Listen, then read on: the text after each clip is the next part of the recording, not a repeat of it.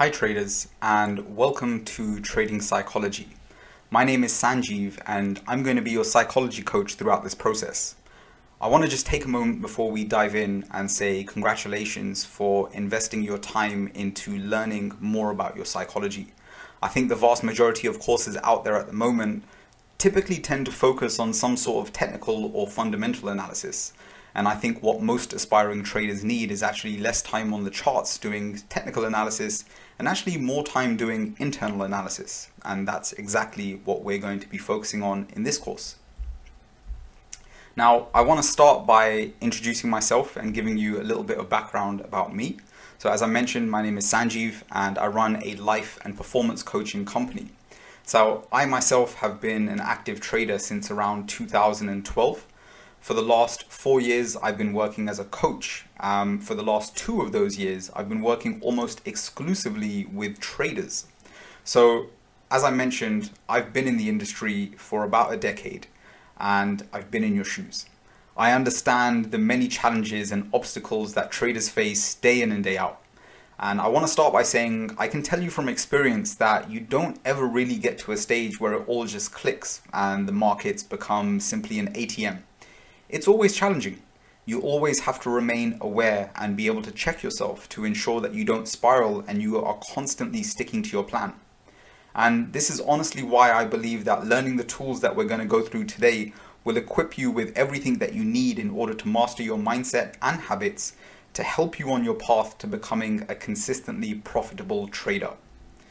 Now, I always like to kick off these sessions with a quote from Mark Douglas. And for anyone that's read Trading in the Zone, which I know most aspiring traders have been through, you'll be familiar with this. The consistency you seek is in the mind and not in the markets. I'm a big believer that the best traders don't have a supernatural read or understanding of the markets. They simply have a supernatural understanding of themselves. And that's exactly what we are trying to achieve throughout going through this course. Now, why is psychology in trading so important? Well, it's pretty well known that you can give traders the same strategy and they can all go on to yield different results from the market. And that's really because having an edge in the market is simply not enough. It's not all the pieces to the puzzle. Improving your trading psychology is really important, but ultimately understand that it helps you to do one thing: manage risk. Now, that can mean controlling your losses to the downside, but also maximizing your winners. What is your goal for this course? Well, ultimately, this course is not about showing you how to trade without emotions. Most discussions and advice I see on trading psychology purported online, on Twitter, and places like that, I think a lot of people believe that in order to be a good trader, you have to be able to remove emotions. And I fundamentally disagree with this. I believe it's about coming to an understanding that emotions aren't bad. It's usually the action that we take in response to our emotions that are detrimental to our account. And by the end of this course, you're going to learn a systematic way to become aware of your patterns of thoughts and behavior. And you're going to learn how to proactively take steps to change those. And the moment you can start to do that, you can start to align yourself with actions and thoughts that consistently profitable traders have. I want to end this with another quote on habits, which I'm a big believer on, and we're going to cover that in a lot more detail throughout this course. But I'm a big believer that people don't decide their futures. They decide their habits, and their habits decide their futures. Let me say that to you one more time. People don't decide their futures. They decide their habits, and their habits decide their futures. This course is ultimately going to help you to develop a better trading habits in both your actions and your mindset to help you become that consistently profitable trader. Now, before we start, I ask that you come in with a completely open mind, as I'm sure there's going to be new things, concepts, analogies that you learn from this which are going to be useful. So you need to be open-minded and not resistant to any of these. Feel free to take your own notes. If you need to grab a notepad and paper, feel free to pause the video, come back, and feel free to watch this as many times as you need. We're going to start this process off by working on your awareness. So let's go through some of the foundations. And I want to start here by laying the raw foundations of what you need to know in order to manage your psychology. first things first. Let's discuss a little bit about why this industry is so difficult, why so many people fail to make money consistently. And one of the main reasons behind that is there is an inverse relationship between good and bad.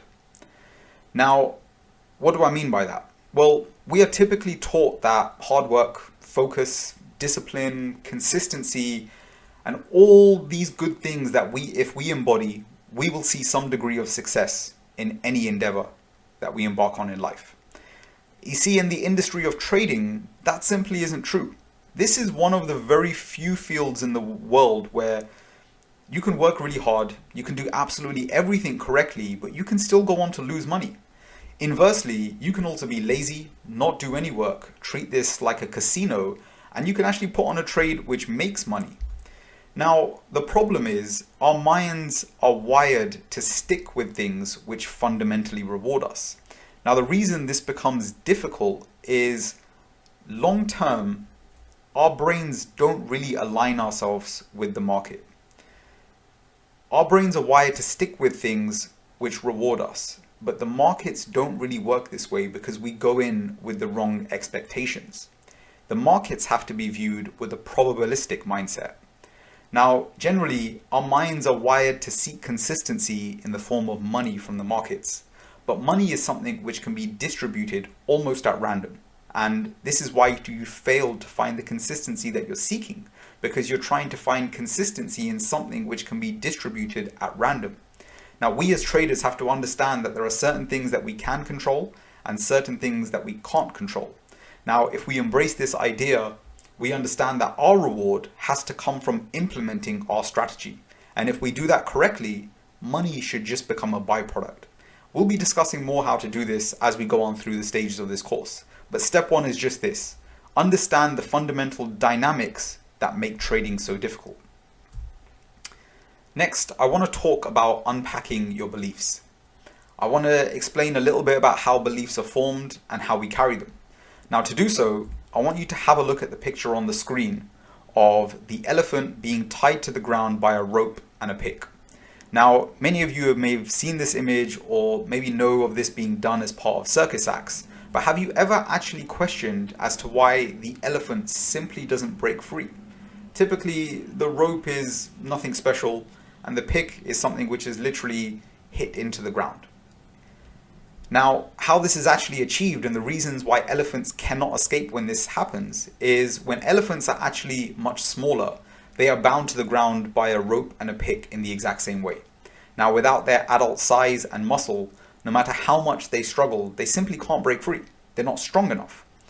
Now, when the baby elephant stops struggling, the battle has been lost in their mind and they fundamentally believe that they can't break free of the rope. They go on to carry this belief throughout their life, and as they get older and stronger, because they live with a belief that they aren't strong enough to free themselves, they never even try. So in essence, they're not bound by the rope, they are bound by their beliefs. Now, we as humans, our beliefs work much in the same way. They're largely created in our childhood and they're largely formed through either experiences or the people around us.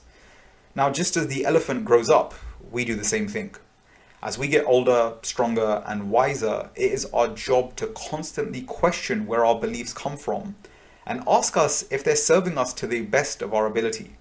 Now, in order to break your beliefs, you must first question them and then provide evidence as to what else could be possible. Because many of us grow up with beliefs about money, success, and what opportunities are available for us. Now, if you never stop to question them, they will truly remain as an anchor that holds you back in life. I live by the saying that you can't be what you can't see.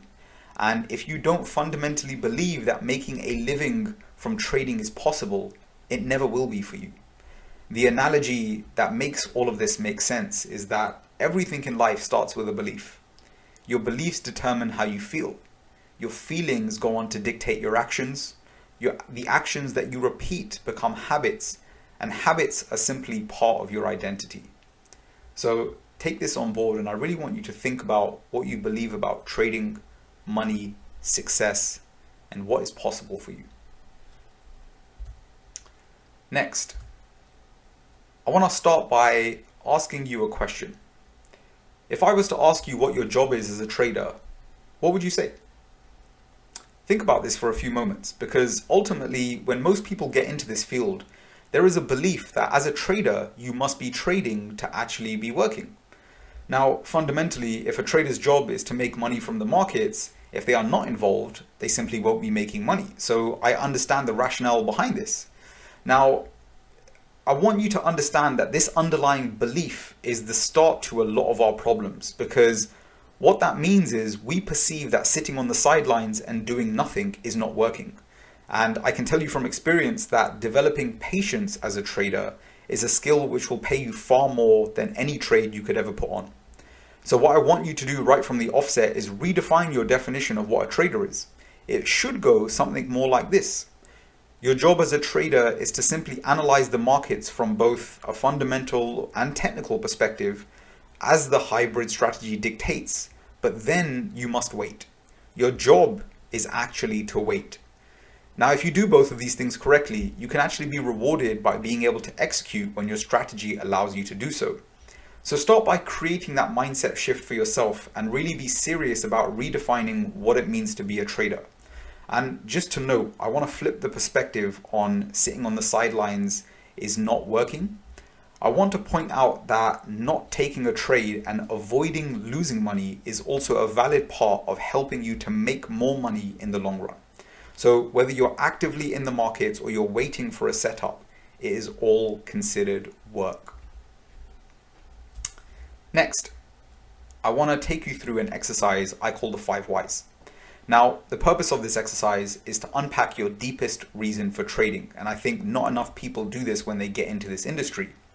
In my experience, I find a lot of traders enter this field but don't ultimately know what, who, or why they are trying to excel in an industry which has such a low success rate. I myself have personally experienced some of my toughest moments as a result of trying to become a consistently profitable trader. Now, without knowing your deepest why, it can be difficult psychologically to do the right thing or find the motivation to pick yourself back up when times are tough. Now, I want to make it clear at this stage to manage your expectations that despite everything you'll read, my honest opinion is that you'll never really make it as a trader. Now, I touched on this earlier, but I say this in the sense that there is no one defining moment where it suddenly clicks and everything there on out is easy. It's going to be an emotional battle at any given time, and you need to be prepared for this. So with this in mind, what I want you to do is answer this question for me. Why do you want to be a trader? Now, from a surface level, a lot of people might suggest it's for the freedom or the ability to make an uncapped amount of money. And if that's you, that's absolutely fine. I want you to write down your answer for me. Now that you've got this, ask yourself, why is that important? What do you want to make the money for? Why do you want the freedom? Again, take a moment to write down your answer here. Feel free to pause the video if you need more time. Now again, ask yourself, why is this important? So maybe you said you want to make money to escape a job that you currently hate.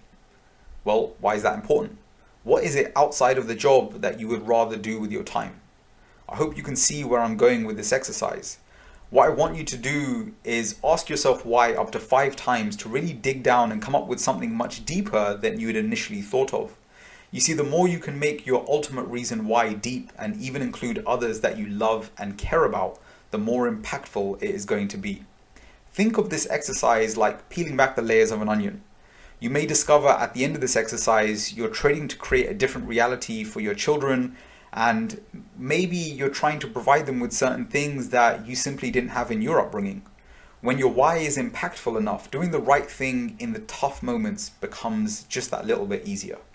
So the next time you take a loss, or you need to walk away, or you need to be disciplined to wait for the next setup, you're going to have a deeper understanding that this game is not just about money or freedom. Doing hard things in that moment is easier when you have a deep and meaningful why. So you need to be specific about your end goal and the true motives behind getting there before you do absolutely anything in this field. Lastly, I want to discuss the fundamental importance of actually having an edge in the market before trying to fix your psychology.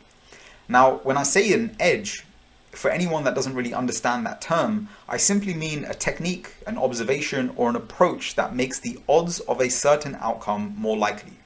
Now, we are fortunate here. The hybrid strategy is going to give you just that. It's going to give you the technical edge that you need.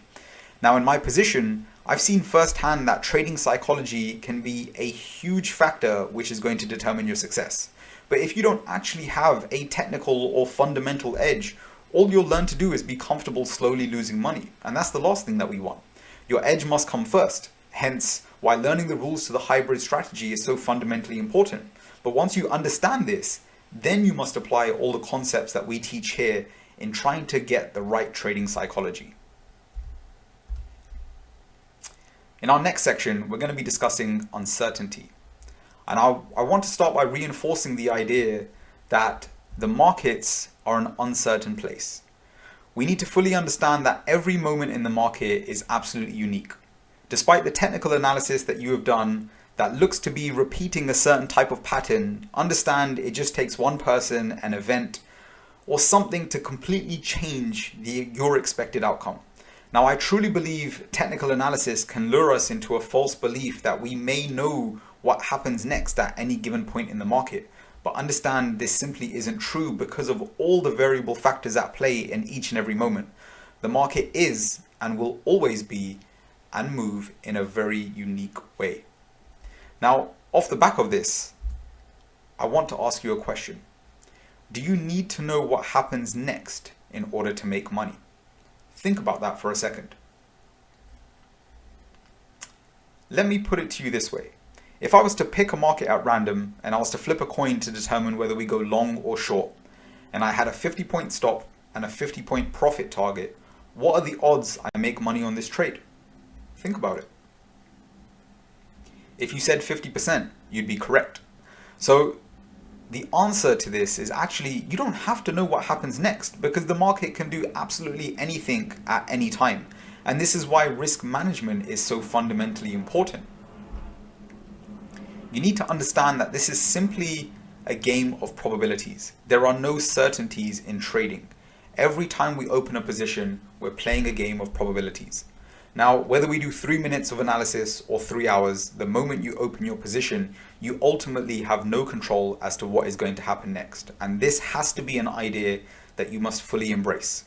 Having a probabilistic mindset means understanding that the edge that you execute from will only ever play out over a large sample size, and the outcome of the next trade is random and actually not important. What is important is what happens over the next 100 trades, and that's what we need to focus on. Finally, I want to discuss the idea that as traders, we don't actually work for a living. We take risk. Now, this has a significant difference on our underlying means to make money. You see, someone that simply works for a living, they simply have a skill. Now, whether they have money in their account or not, they can go out, they can perform that skill, and they can earn a living. However, if you are the best trader in the world, if you lose your capital, you have now lost your means to work. And I want you to keep that in mind going forward and remember that our aim is to help you manage your mindset so that ultimately we can manage risk effectively through every aspect of our trade. This is why risk management is so fundamentally important, because if you lose your money, there is no more playing this game. Section 3. This is where it starts to get good. We're going to start to unpack and help you to understand the mind. Now, I'm going to start by breaking down how our minds tend to operate so you have a little more understanding about why we act and feel the way that we do at certain times. Now, in order to help understand your mind, you must come to terms with the idea that our minds actually have two modes of operation, System 1 and System 2. Now, System 1 is typically our fast, quick thinking mindset. It often runs automatically, unconsciously, and without our physical awareness. And this is typically our reflex reaction to things which occur in our outside world, and it's predominantly where our emotions tend to operate from. Now, inversely, we also have System 2. Our system 2 mind is typically much slower thinking. It often runs with your full awareness, but can make much more logical and rational decisions as it simply has a little bit more time to process information. Now that you're aware of these two modes of operation, understand that around 98% of the time, we make the majority of our initial decisions from system 1. Now, think about how this commonly works in your day-to-day life. I'm sure every single one of us has said something in anger, and after some time passes, you go on to regret your actions or words. Now, this is just a prime example of how System 1 and System 2 work as part of our day-to-day life. You have an initial knee-jerk reaction, and then you have your slower, more logical, rational mind kick in later and give you a reality check. Now, whilst there is a clear difference between both minds, I want you to understand that there is no good or no bad mindset. Both of them have a time and place, and there are benefits to each of these. For example, if you were stranded in a jungle and you heard something move within the bushes, it's probably best for your System 1 mind to be in charge here. If you need to act quickly in that situation, your aim is to stay alive. You don't have the benefit of time to analyze every little step with System 2 before you can make a decision. Now, how can this impact your trading? Well, have you ever made a decision in the heat of the moment which goes on to negatively impact your account? Have you ever been frustrated with a loss or missing an entry that maybe you double up your position size or chase a position to only cause more detriment to your account? Let me ask you, in those scenarios, do you believe that is a result of System 1 or System 2 in operation? If you said System 1, you'd be correct. System 2 kicks in after the fact, and it's usually when you're kicking yourself for taking the wrong action and probably breaking your plan. Now, let's unpack this a little with a couple of examples of actions run by System 1 and explain the rationale behind them. So in here, you can see we have a table which shows our first column, our thoughts and feelings, and the second column, a possible reason as to why you did that. So firstly, feeling FOMO, luring you into the market. I'm sure everyone has been in this position. Maybe you didn't get a fill, maybe you woke up late, maybe you were distracted, but ultimately you've missed a move in a market and you see the market moving and you want to take place. Now, ultimately, your mind is trying to ensure that you don't miss an opportunity to make money. And that is the reason that you are feeling FOMO. Your mind is trying to protect you. Let's look at scenario 2. Maybe you double up on your risk after a loss. Now, logically, maybe we know that it's not a very sensible thing to do, but in the heat of the moment, your mind is trying to help you recoup your lost money to stop the feeling of pain as quickly as possible. So in a lot of cases, whilst your mind has good intentions, the initial thoughts often do not support those of aspiring traders that are trying to thrive in a probabilistic environment. Now, as we now know, the majority of our actions come from System 1. In reality, what we want to be doing is making far more decisions based on System 2 so that they are logical and rational. So now that you're aware of this, your job is to keep this in mind and understand that often your initial response to a situation isn't going to be the most ideal one, especially if you're looking to take logical and rational based decisions. So we're going to unpack how we can discover these patterns of behavior and become proactive about taking charge of what our thoughts are as we go through the space of this course. Lastly, I want to put this section to bed by going through an exercise. Now, to help demonstrate this point further, I want you to actually take some time out of your day to do this. I want you to sit down and reflect on your thoughts and actions throughout the day. Now, you can create a table. I'll give you a little example below, and I want you to note which thoughts are from System 1 and how these differ from the thoughts of System 2. And this can be done for anything, your trading, work, relationships. But to give you an example, this is what it may look like. So, System 1. I missed a trade this morning and my mind was pushing me to chase the position. Now, maybe at the end of the day, you can reflect once System 2 has had the time to kick in. And you understand that not sticking to your plan will ultimately end up costing you money in the long run. And the best thing that you can do in that moment is to walk away and wait for the next setup. Let's take another scenario. System 1 mind says, your colleague or your neighbor has said something which annoyed you and has forced you to say something rude back to them. Now, later in the day, again, when System 2 has kicked in, you understand that they probably didn't have any bad intentions behind what they had said, and it was probably just delivered in the wrong way. They're not a bad person, and you probably shouldn't have snapped back at them. So I want you to really take this exercise seriously, and by doing this, what you'll learn to do is start to map out how your mind operates and be able to identify which system your mind is operating from. The end goal here is whenever you feel an impulse, knee-jerk reaction to do something within the market, I want you to stop and ask yourself, is this system 1 or is this system 2? Because the chances are, studies support that system 1 will be taking control the majority of the time. And if that is the case, it should make you question whether you are doing the right thing in that very moment.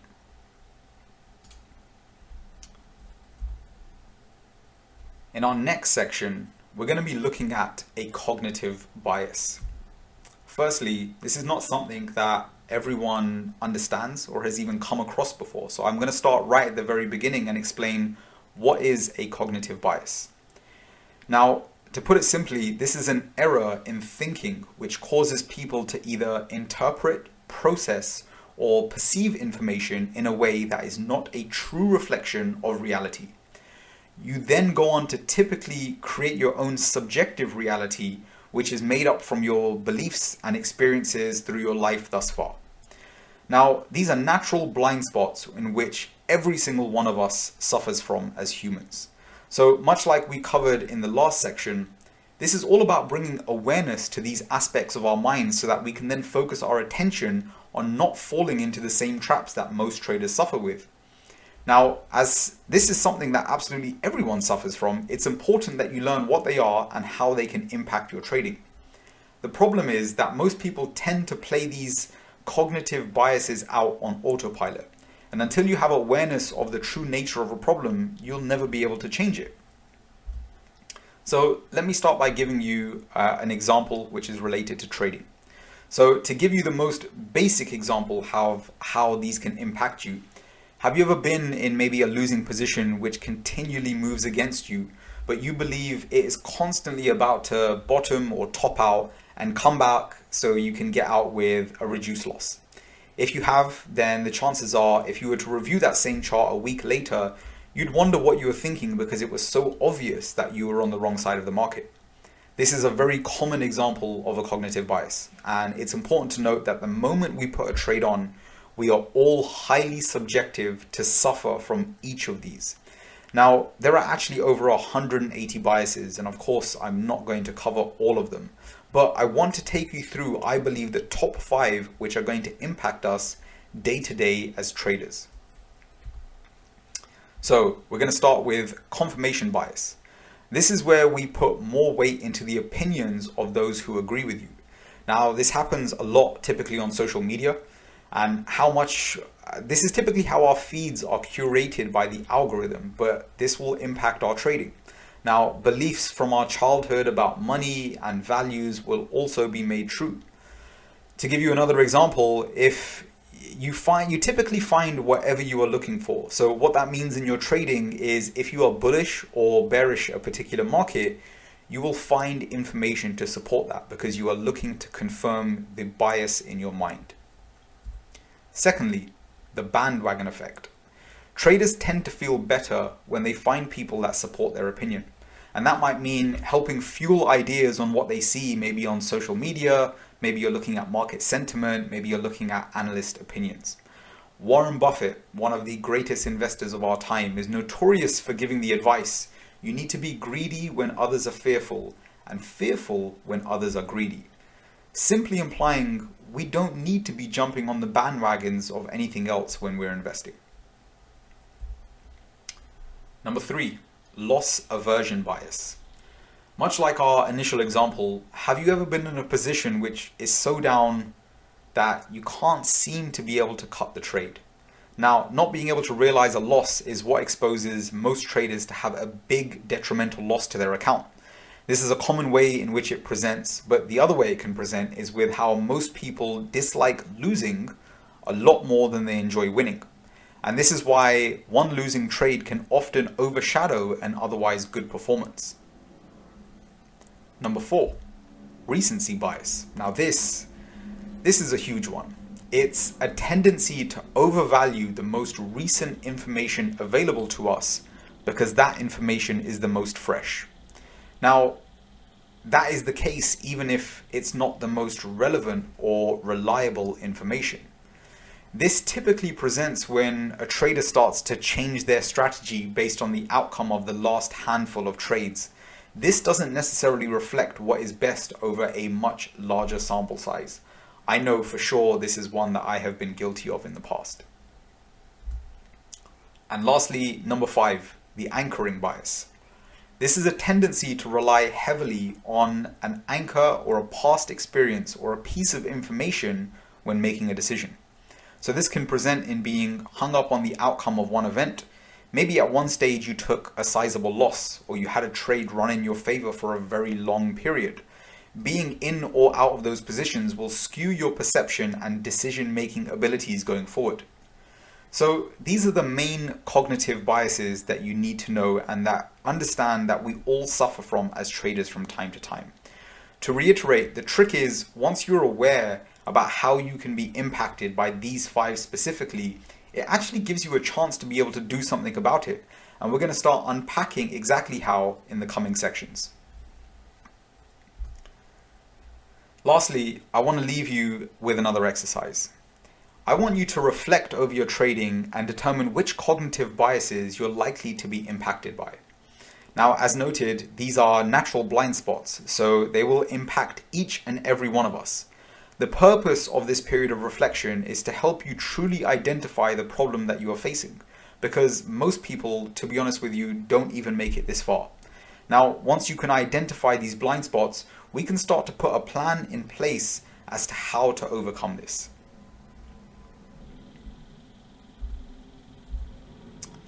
Understanding the mind, part 2. So, I want to move on to a very important topic, the importance of perspective.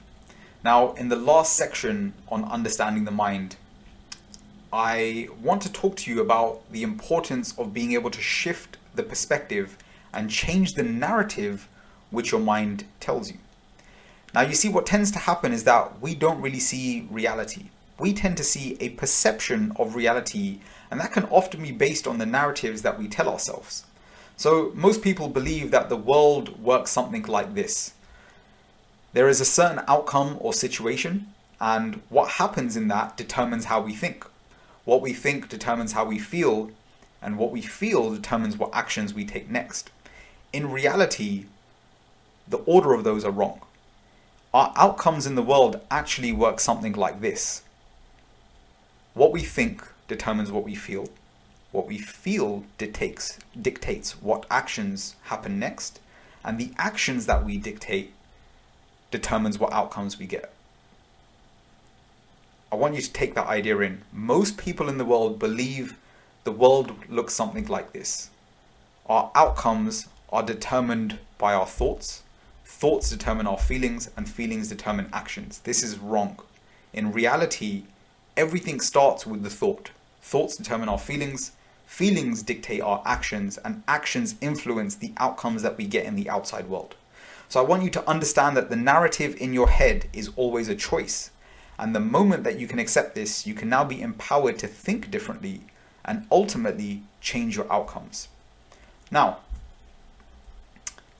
I want to share an analogy with you to help demonstrate this concept. I want you to have a look at the picture to the right, and the analogy goes something like this. Once upon a time, there was a farmer whose horse ran away. That evening, all of his neighbors came around to commiserate. They said, "We're so sorry to hear that your horse has run away. This is most unfortunate." The farmer replied, "Maybe." The next day, the horse came back bringing 7 wild horses with it. And in the evening, everybody came back and said, "Oh, isn't that lucky? What a great turn of events. You now have 8 horses." The farmer replied, "Maybe." The following day, his son tried to break in one of the horses, and while riding it, he was thrown from the horse and he broke his leg. The neighbor said, "Oh dear, that's too bad." And the farmer replied, "Maybe." The next day, the conscription officers came round to conscript people into the army, and they rejected the farmer's son because he had a broken leg. Again, all the neighbors came around and said, "Isn't that great?" Again, the farmer responded, "Maybe." Now, the lesson from this story is that it's really impossible to tell whether anything that happens is good or bad, because you never really know what the consequence of that or the misfortune that will occur from that. You never know what that will be, whether it's good or bad, without the perspective of time. Now think about how that relates to your trading. Let's think about a common case of FOMO, the feeling of missing out, and your mind starts racing to chase a trade. Ask yourself, what is your mind telling you? Is the narrative and voice leading you to take an action which will be beneficial for executing to your edge? I often find when my mind is luring me into the market, it's painting a best case scenario, that I got an entry at a certain location or price, and I'd be missing out on hundreds or thousands if I don't participate in this move. And all I simply do is remind myself that my perspective on a situation is a choice, and I embrace the uncertainty of the market. So instead of letting my mind run wild about chasing a move, I start telling myself that missing out on this trade may avoid me taking a loss, because there are no certainties in trading. And even if I did manage to get an entry, I probably would have mismanaged the trade, because we're not perfect. Maybe I cut it too soon, or I even distracted myself from a better trade in another market entirely. Can you see what I'm doing here? I'm simply adjusting the voice in my head to tell me a perspective which is less attractive, so I'm less enticed to stray away from my plan. Ultimately, you can only understand with the perspective of time if something is good or bad. So honestly, this is a concept which was a huge game changer for my trading. The moment I realized that the voice in my head is nothing but a choice, my trading transformed forever. And I want you to keep this in mind every time your mind is telling you something which is going to lead you to do something detrimental. Next, I'd like to discuss the idea of cheap versus expensive. We started to get into some of the detail about the blind spots in our mind when we went through cognitive biases. Let me unpack another very common one that gets in the way for us as traders. Now, this one most of us use actually every day, and it's actually quite beneficial in our day-to-day life. It's the thinking that something, a product or a service, is cheap or expensive. Now, in our day-to-day lives, when things are cheap, we are more inclined to buy them as they are a good deal. However, when something is expensive or overpriced, we tend to stay away from it. Now, one thing you'll find in the hybrid strategy is largely we're looking to follow momentum and a trend. Now, that means when something is cheap or expensive, thinking about it in that way can be detrimental to us. So actually, when a market goes down, it isn't cheap and it shouldn't be bought. We should sell it more. And when a market is moving up, it isn't expensive and to be avoided. It should be bought more. So again, a very small mindset shift here, but it's a common example of how our common day-to-day thoughts just simply don't transfer over into trading. Now, I want to discuss the idea of peace versus progression. Now, the aim of what we're uncovering here allows us to start to use our minds on our side. And take it from me, our minds are a very powerful tool if we can leverage them. Now, based on this, we can decide that in any given moment, we only want our thoughts to be doing one of two things for us. We either want them to provide us with peace, and that's over the outcomes that we can't change, or I want them to provide me with progression over outcomes which we can change and we can move on from. And that's the only thing that our mind should be doing. If our thoughts are not aligned us to give us either peace or progression, it means that we need to change our perspective to think in a different way, which is going to achieve one of these two states. In all cases, you want your mind to help empower you and not limit you in situations. And in most situations, we often don't know if our thoughts are 100% true. So I'm asking you to choose to take a perspective which is going to put you in the most powerful situation possible. Next up, I want to discuss the idea of focus. Now, we have a part of our body called the reticular activating system, and this is essentially in charge of connecting the subconscious and the conscious parts of our mind. Now, the reason this is important is fundamentally our minds will tend to find more of what we focus on. Have you ever bought a new car or an item of clothing and then you've started to notice it more? Nothing has changed in your environment, it's simply we are more aware and we're starting to look for it.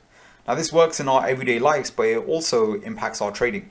If we come into a day with a bullish or bearish bias, your mind will find a reason to justify that bias. If you walk into a room thinking people are negative, guess what? You'll find negative people. However, if you walk into the same room looking for positive people, you will find opportunity and you will seek what you are focusing on all the time.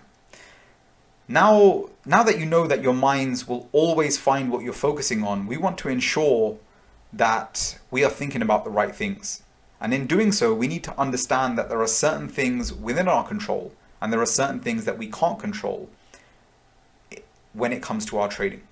So in the table below, you can see that things that we can't control the markets, we can't control the news, and we can't control world events. However, what we can control is when to trade. We can control how we react to any given situation, and we can also control how much we risk. You see, what I tend to find is most frustration tends to come when we're focusing on things that we can't control, and hence we can't do anything about it. Now, as empowered individuals, we want to be able to take accountability for everything that happens, and therefore to be able to do something about that situation, at the very minimum, you have to be able to look at what we can do and focus on what we can control. Ultimately, the main message that I want to get across from this section is that our mind is not our enemy. If there is even a 1% chance that your initial thoughts on a situation could be wrong about an event, choose to believe a different perspective if it's going to help you to achieve either peace or progression. Fundamentally, I want you to understand that your mind is not your enemy. It's actually designed to protect you from pain at its most fundamental level. And the more resistance you create in your mind and the more that you try and fight it to get the outcome that you want, the harder the process for change and breaking your patterns will actually become. Now, I want to take you through another exercise. There's going to be a lot of work in this course, and if you're serious about taking change, I highly encourage you go through with every single one of these exercises. So I would say if you want to change your outcomes and your actions, you must learn to start to think differently. You can't always control what happens in the outside world, but you can always control how you react to a situation. By training your mind to choose which narrative you want to believe, you can always change how you feel, which will then impact how you can ultimately act and what you will get back from the world. Now, I want you to spend some time mapping out outcomes in your trading and in the real world, and note down how you can shift your perspective in these situations to tell you a narrative which is more empowering. Now, let me share an example in the table below. So I have a few different situations, our initial reactions, and then the perspective shift I want each of you to take to turn that negative into a positive. Firstly, the situation. My stop loss got hit on a trade. My initial reaction, I'm annoyed because I've lost money. The perspective shift you can take. I'm lucky that my wrong idea didn't blow my account, and I can try and make money again on my next trade. Second situation, I feel FOMO about watching the markets. My initial reaction, I need to jump into the market now and chase the move so I don't miss the opportunity to make money. The perspective shift, every trade has a chance that it may not work. By choosing to not chase this, I could be avoiding a loss, and it helps to keep my mind clear to focus on other markets for better opportunities. Situation in your real life. Someone cut in front of you while driving. Your initial reaction, the person is selfish and trying to endanger those around them and on the road. The perspective shift you could take. This person may be rushing to get to the hospital to see a loved one for the last time. I should move out of their way to let them get where they need to be. And that brings a close to our first section on awareness. Now, there's been a lot of information that I've shared here, a lot of examples and quite a few exercises to go through. What I would honestly encourage at this stage is to go back through any parts of the video which you want more clarity from. And I would like you to revisit those sections, take some of your own notes, and be serious and do some of the exercises in your own time. I can promise you that everything we are doing at the moment in theory will only become impactful the more you can embrace the idea and the more consistent you are with certain practices to help ingrain them into your mind, to help mold your ways of thinking and your actions. So, like I said, take this seriously. Have a little break after this, and we're going to be back in section 2, where we move on to actually starting to plan and identify how we can start to make change in our trading. Everything we have done so far is just to raise your level of awareness, raise your level of understanding about why trading is so difficult, some of the things which hold us back mentally, and having that level of awareness now gives you more clarity on the problem. Section 2 is where it gets good, because section 2 is going to show you how we can start to use that level of awareness and actually how we can start to make change. So I look forward to seeing you in the next section.